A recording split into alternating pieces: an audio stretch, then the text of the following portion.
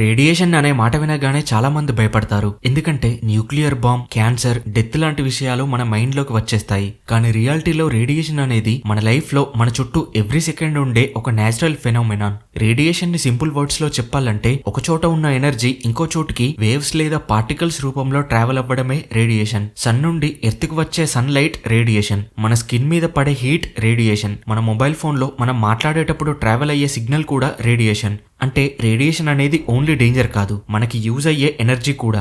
Radiation గురించి ఇంకా clear గా అర్థం అవ్వాలంటే దానిని 2 టైప్స్ గా చూడాలి. ఒకటి నాన్ అయోనైజింగ్ రేడియేషన్, రెండవది అయోనైజింగ్ రేడియేషన్. ఇది జాగ్రత్తగా వినండి. హ్యూమన్స్, యానిమల్స్, స్టోన్స్, వాటర్, మన బ్లడ్ అండ్ మన డిఎన్ఏ, ఇలా విశ్వంలో ప్రతిదీ ఆటమ్స్ తోనే తయారైంది. అలా ప్రతి దానిని మైక్రోస్కోపిక్ లెవెల్లో చూస్తే అన్ని ఆటమ్స్ తోనే ఉంటాయి. రేడియేషన్ కి ఈ ఆటమ్స్ నుండి ఎలక్ట్రాన్స్ ని విడగొట్టే శక్తి ఉంటుంది. అయితే ఫస్ట్ నాన్ అయోనైజింగ్ రేడియేషన్ గురించి చూద్దాం. ఇది మన బాడీలోని ఆటమ్ స్ట్రక్చర్స్ ని బ్రేక్ చేసేంత ఎనర్జీ లేని రేడియేషన్. ఇందులో radio waves, TV signals, wifi, mobile signals, microwave, మనం చూసే విజిబుల్ లైట్, ఇవన్నీ నాన్ అయోనైజింగ్ రేడియేషన్ కిందికి వస్తాయి. మన డైలీ రొటీన్ లో మార్నింగ్ లేచిన దగ్గర నుండి నైట్ పడుకునే వరకు ఇవన్నీ మన చుట్టూ ఉంటాయి. ఇలా నార్మల్ లెవెల్లో ఉండే నాన్ అయోనైజింగ్ రేడియేషన్ బాడీకి హార్మ్ఫుల్ కావు. కానీ ఇవి కూడా ఎక్స్ట్రీమ్ హై పవర్ లో, చాలా క్లోజ్ రేంజ్ లో, ఎక్కువ కాలం వాటి ఎక్స్పోజర్ లో ఉంటే హీట్ రావచ్చు. ఫర్ ఎగ్జాంపుల్, ఒక పవర్ఫుల్ మైక్రోవేవ్ సోర్స్ దగ్గర ఉంటే మన స్కిన్ బర్న్ అవ్వచ్చు. కానీ మొబైల్ ఫోన్స్, వైఫై రూటర్స్ వల్ల డేంజరస్ డ్యామేజ్ వస్తుందనే భయం లేదు. ఈ నాన్ అయోనైజింగ్ రేడియేషన్ అనేది మన కంట్రోల్లో లేనిది. భూమి పుట్టినప్పటి నుండి ఇది ఉంది. ఉదాహరణకి, భూమి లోపల ఉన్న రాళ్లలో, మట్టిలో యురేనియం, థోరియం లాంటి ఎలిమెంట్స్ ఉంటాయి. ఇవి స్లోగా రేడియేషన్ ని రిలీజ్ చేస్తూ ఉంటాయి. మనం ఇంట్లో ఉన్నా, బయట నడిచినా ఈ రేడియేషన్ మన బాడీకి చాలా చాలా లో క్వాంటిటీలో టచ్ అవుతూనే ఉంటాయి. అలాగే ఫుడ్ లో కూడా నేచురల్ రేడియేషన్ ఉంటుంది. బనానా లాంటి ఫ్రూట్స్ లో పొటాషియం 40 ఉంటుంది. అంటే బనానా తింటే రేడియేషన్ వస్తుందా అంటే చాలా చాలా లో లెవెల్స్ లో వస్తుంది. ఇది హార్మ్ఫుల్ అయితే కాదు. అండ్ ఇవన్నీ daily life reality. Ionising radiation, ఇది మాత్రం డేంజరస్. ఇది హై ఎనర్జీ రేడియేషన్. ఇది బాడీలోని సెల్స్ లో ఉన్న ఆటమ్స్ నుండి ఎలక్ట్రాన్స్ ని రిమూవ్ చేసే పవర్ ని కలిగి ఉంటుంది. అలా ఎలక్ట్రాన్స్ పోతే ఆటమ్ స్ట్రక్చర్ చేంజ్ అవుతుంది. ఆటమ్ స్ట్రక్చర్ చేంజ్ అవుతే డిఎన్ఏ బ్రేక్ అవుతుంది, సెల్ డ్యామేజ్ అవుతుంది. డిఎన్ఏనే మన సెల్స్ ని, ఆర్గాన్స్ అండ్ బాడీని బ్యాలెన్స్ గా ఉంచుతుంది.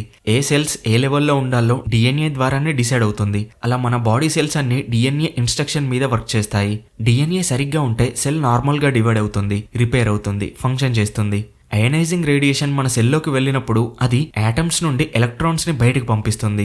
ఇమాజిన్, డిఎన్ఏ ఒక నిచ్చెన లాంటిది. ఆ రేడియేషన్ ఆ నిచ్చెన మీద ర్యాండమ్ గా కట్స్ చేస్తుంది. ఒకసారి సింగిల్ బ్లాక్ బ్రేక్ అవుతుంది, ఇంకోసారి 2 బ్లాక్స్ బ్రేక్ అవుతున్నాయి. అండ్ బాడీలో రిపేర్ సిస్టమ్స్ ఉన్నాయి. చిన్న డ్యామేజ్ అయితే బాడీ దానంతట అదే ఫిక్స్ చేస్తుంది. కానీ రిపీటెడ్ గా ఎక్స్పోజర్ లో ఉన్నప్పుడు లేదా హై డోస్ రేడియేషన్ లో ఉన్నప్పుడు రిపేర్ సిస్టమ్ కూడా ఫెయిల్ అయ్యి అప్పుడు రాంగ్ రిపేర్ జరుగుతుంది. అలా డిఎన్ఏ డ్యామేజ్ అయితే కంట్రోల్ లేకుండా లక్షల్లో సెల్స్ పెరిగే ఛాన్స్ ఉంటుంది. అదే cancer. X-rays, gamma rays, alpha particles, beta particles, ఇవన్నీ అయోనైజింగ్ రేడియేషన్ కి ఎగ్జాంపుల్స్. అందుకే హాస్పిటల్స్ లో ఎక్స్రేస్, సిటీ స్కాన్స్ అవసరమైనప్పుడు మాత్రమే చేస్తారు. రేడియేషన్ ఎంత డేంజరస్ అవుతుందో వాటి డోస్ మీద డిపెండ్ అవుతుంది. ఈ డోసెస్ ని సీవర్ట్ యూనిట్స్ లలో మెజర్ చేస్తారు. 1 సివర్ట్ అంటే చాలా పెద్ద యూనిట్. డైలీ లైఫ్ లో మనం మాట్లాడుకునేది మిల్లీ సివర్ట్. మిల్లీ అంటే 1000 పార్ట్. అంటే 1 sievert equal to 1000 millisieverts. Average human కి ఒక సంవత్సరానికి ఈ నేచర్ నుండి 2 to 3 మిల్లీ సివర్ట్స్ రేడియేషన్ వస్తుంది. ఇది ఎర్త్ పైన, ఎయిర్ లోన, ఫుడ్, కాస్మిక్ రేస్ వల్ల నేచురల్ గా వస్తుంది. ఇది కంప్లీట్లీ నార్మల్.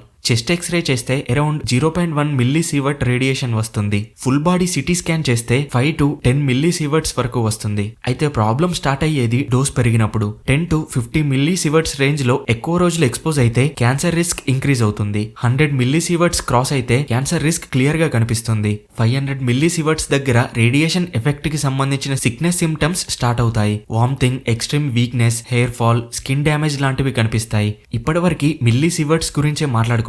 ఒకవేళ 1 సివర్ట్ ఎక్స్పోజర్ అంటే అది చాలా సీరియస్ లెవెల్. 4 to 6 సివర్ట్ కి ఎక్స్పోజర్ అవుతాయి. సరైన ట్రీట్మెంట్ లేకపోతే 50% సర్వైవల్ ఛాన్స్ కూడా ఉండదు. 8 సివర్ట్స్ లేదా అంతకంటే ఎక్కువగా ఎక్స్పోజర్ అవుతే హ్యూమన్ బాడీ ఇక సర్వైవ్ అవ్వదు. ఇది సింగిల్ డోస్ లో. ఇయర్స్ పాటు ఎక్స్పోజ్ అవ్వనవసరం లేదు. 1 గంట సేపు ఆ ఎక్స్పోజర్ లో ఉంటే ఇలా జరుగుతుంది. ఒకవేళ హై రేడియేషన్ కి ఎక్స్పోజ్ అవుతే సడన్ గా టోటల్ బాడీ ఎఫెక్ట్ అవుతుంది. బాడీలో డివైడ్ అయ్యే సెల్స్ ఎక్కువగా డ్యామేజ్ అవుతాయి. డైజెస్టివ్ సిస్టమ్, బోన్ మ్యారో ఇవన్నీ తొందరగా తొందరగా ఎఫెక్ట్ అవుతాయి, బ్లడ్ సెల్స్ ప్రొడక్షన్ స్టాప్ అవుతుంది, ఇమ్యూనిటీ ఫెయిల్ అవుతుంది, ఇన్ఫెక్షన్స్ అండ్ ఇంటర్నల్ బ్లీడింగ్ అవుతుంది. హిరోషిమా నాగసాకి అటామిక్ బాంబ్ పేలిన కొద్దిసేపులో చెర్నోబిల్ న్యూక్లియర్ యాక్సిడెంట్ లో ఈ ఎఫెక్ట్స్ క్లియర్ గా కనిపించాయి. వీటి గురించి ఈ వీడియో ఎండ్ లో మాట్లాడుకుందాం.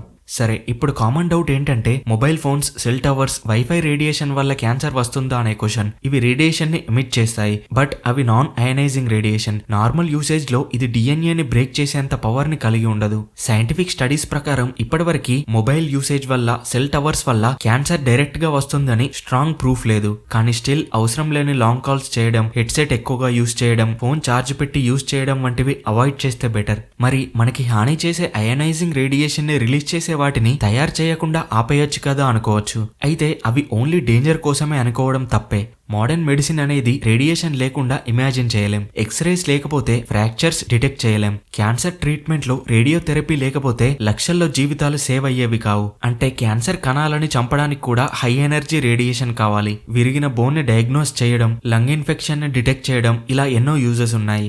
న్యూక్లియర్ పవర్ ప్లాంట్స్ రేడియేషన్ మీదే ఎలక్ట్రిసిటీ జనరేట్ చేస్తాయి. మెడికల్ ఈక్విప్మెంట్ లో స్టెరిలైజేషన్ అంటే ఈక్విప్మెంట్ లో వైరస్, ఫంగస్, బ్యాక్టీరియా లాంటి వాటిని టోటల్ గా రిమూవ్ చేయడం, ఫుడ్ ప్రిజర్వేషన్ లాంటి వాటిని కూడా రేడియేషన్ యూజ్ చేసి సేఫ్ గా స్టోర్ చేస్తారు. సో రేడియేషన్ అనేది ఒక టూల్, అంటే ఒక నైఫ్ లాంటిది. నైఫ్ ని వెజిటేబుల్ కట్ చేయడానికి వాడుకోవచ్చు అండ్ చెడు పనులకు కూడా వాడచ్చు. ఇలా కరెక్ట్ వేలో రేడియేషన్ ని యూజ్ చేస్తే అది మన డైలీ లైఫ్ లో ఎంతగానో ఉపయోగపడుతుంది. మిస్యూజ్ అయితే లైఫ్ ని డిస్ట్రాయ్ చేస్తుంది.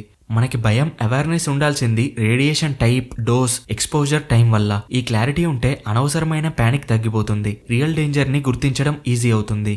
న్యూక్లియర్ ఎక్స్పోజర్ గురించి చాలా మిత్స్ ఎక్కువగా ఉంటాయి. న్యూక్లియర్ పవర్ ప్లాంట్ దగ్గర ఉంటే ఆటోమేటిక్ గా క్యాన్సర్ వస్తుందని చాలా మంది అనుకుంటారు. రియాలిటీకి వస్తే నార్మల్ ఆపరేషన్స్ లో న్యూక్లియర్ పవర్ ప్లాంట్ ఎమిషన్స్ చాలా లోగా ఉంటాయి. అయితే న్యూక్లియర్ ఇండస్ట్రీలో వర్కర్స్ కి స్ట్రిక్ట్ లిమిట్స్ ఉంటాయి.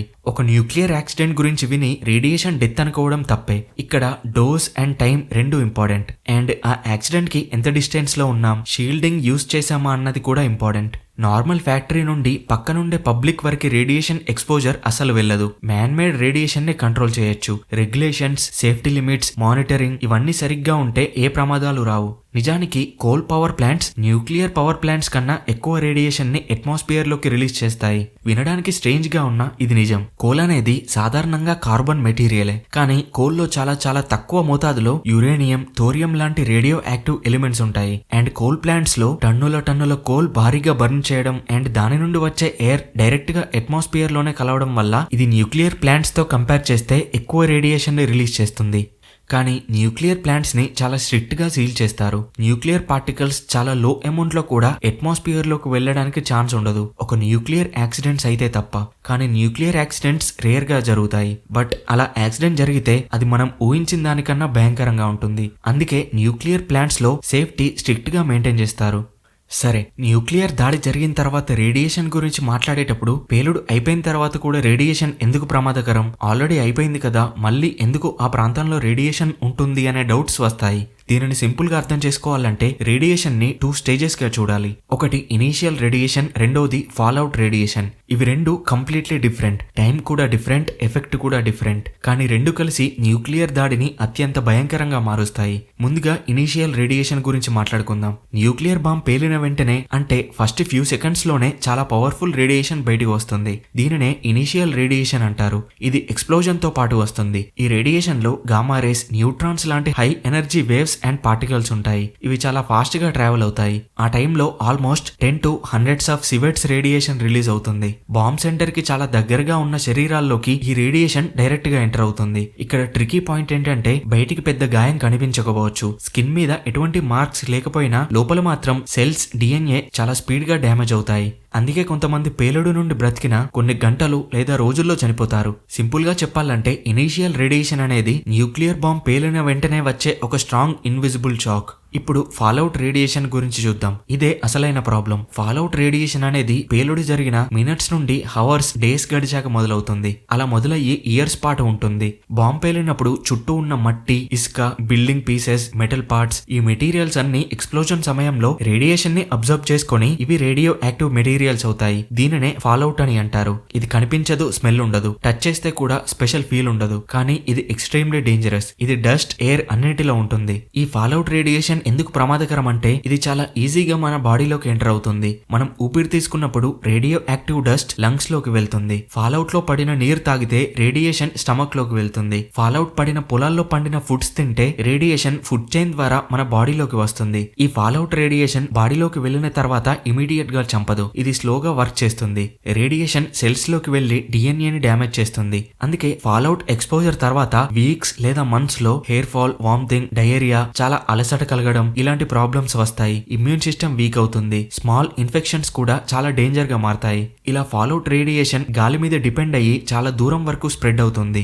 ఇనీషియల్ రేడియేషన్ సడన్ గా హిట్ చేస్తే ఫాల్అవుట్ రేడియేషన్ స్లో పాయిజన్ లాగా పనిచేస్తుంది. అందుకే న్యూక్లియర్ అటాక్ లో అసలు భయం ఫాల్అవుట్ రేడియేషన్ అని ఎక్స్పర్ట్స్ అంటారు. ఈ ఫాల్అవుట్ రేడియేషన్ యొక్క లాంగ్ టర్మ్ ఎఫెక్ట్స్ చాలా డేంజరస్. ఇయర్స్ తర్వాత క్యాన్సర్ రిస్క్ పెరుగుతుంది. బ్లడ్ క్యాన్సర్, థైరాయిడ్ క్యాన్సర్ లాంటి డిసీజెస్ ఎక్కువ అవుతాయి. ప్రెగ్నెంట్ ఉమెన్ ఎక్స్పోజర్ అయితే పుట్టబోయే బేబీస్ మీద ఇంపాక్ట్ ఉంటుంది. సెకండ్ వరల్డ్ వార్ లో జపాన్ పై న్యూక్లియర్ బాంబ్ పేలిన 6 years తర్వాత క్యాన్సర్ కేసెస్ ఒక బూమ్ లా పెరిగాయి. చాలా ఇయర్స్ వరకు బాంబ్ పేలిన ప్రాంతంలో ఎవరికీ పిల్లలు పుట్టలేదు. పుట్టిన పిల్లలు హ్యాండిక్యాప్డ్ గా పుట్టారు. అండ్ వారి తర్వాత తరాల వారిపై కూడా రేడియేషన్ ఎఫెక్ట్స్ క్లియర్ గా కనిపించాయి. అందుకే న్యూక్లియర్ అటాక్ జరిగిన ఏరియాస్ ని లాంగ్ టర్మ్ ఎవాక్యుయేషన్ జోన్స్ గా డిక్లేర్ చేస్తారు. చెర్నోబిల్, హిరోషిమా లాంటి ప్లేసెస్ లో జరిగింది ఇదే. టైం గడిచే కొద్దీ రేడియేషన్ రిడ్యూస్ అయినా పూర్తిగా సేఫ్ అవ్వడానికి డెకేడ్స్ పట్టుద్ది. చెర్నోబిల్ ఇన్సిడెంట్ కూడా ఇలాంటిదే. 1986లో ప్రెజెంట్ యుక్రెయిన్ కంట్రీలోని చెర్నోబిల్ లో ఒక న్యూక్లియర్ ప్లాంట్ రియాక్టర్ పేలింది. ఆ యాక్సిడెంట్ జరిగినప్పుడు అక్కడ రియాక్టర్ లో ఉన్న న్యూక్లియర్ మెటీరియల్ ఒక్కసారిగా బయటికి వచ్చింది. అందులో యురేనియం, ప్లూటోనియం, స్ట్రోంటియం లాంటి రేడియో యాక్టివ్ ఎలిమెంట్స్ ఉన్నాయి. ఇవి నార్మల్ విషంలా ఒక్కసారిగా పనిచేసి మాయమయ్యేవి కావు. ఇవి చాలా స్లోగా డికే అయ్యే సబ్స్టెన్సెస్. అలా హండ్రెడ్స్ ఆఫ్ ఇయర్స్ వరకు ఆ ప్రాంతంలో రేడియేషన్ పోదు. అందుకే ఆ ప్రాంతంలో ఇప్పటికీ జీవించడం కుదరదు అని దానిని అబాండెడ్ ప్లేస్ గా డిక్లేర్ చేశారు.